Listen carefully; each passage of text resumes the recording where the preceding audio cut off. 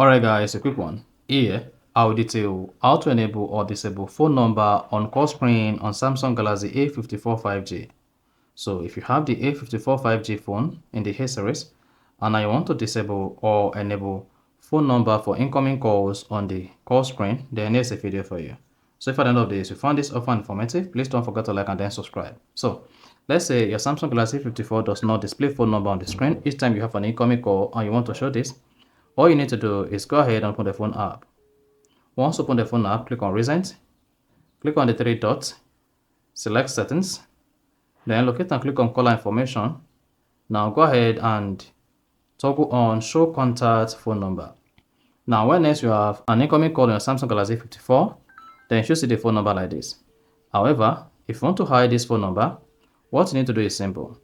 Just go to the phone app, click on Recent, click on three dots at the top right, select Settings, click on Caller Information, then disable Show Contact Phone Number. And then you're good. And then for all your incoming calls on your device, the phone number will be hidden. So this is an example. So that is basically how you can easily enable or disable show phone number on call screen on Samsung Galaxy A54 5G. So if you found this offer informative, please don't forget to like and then subscribe.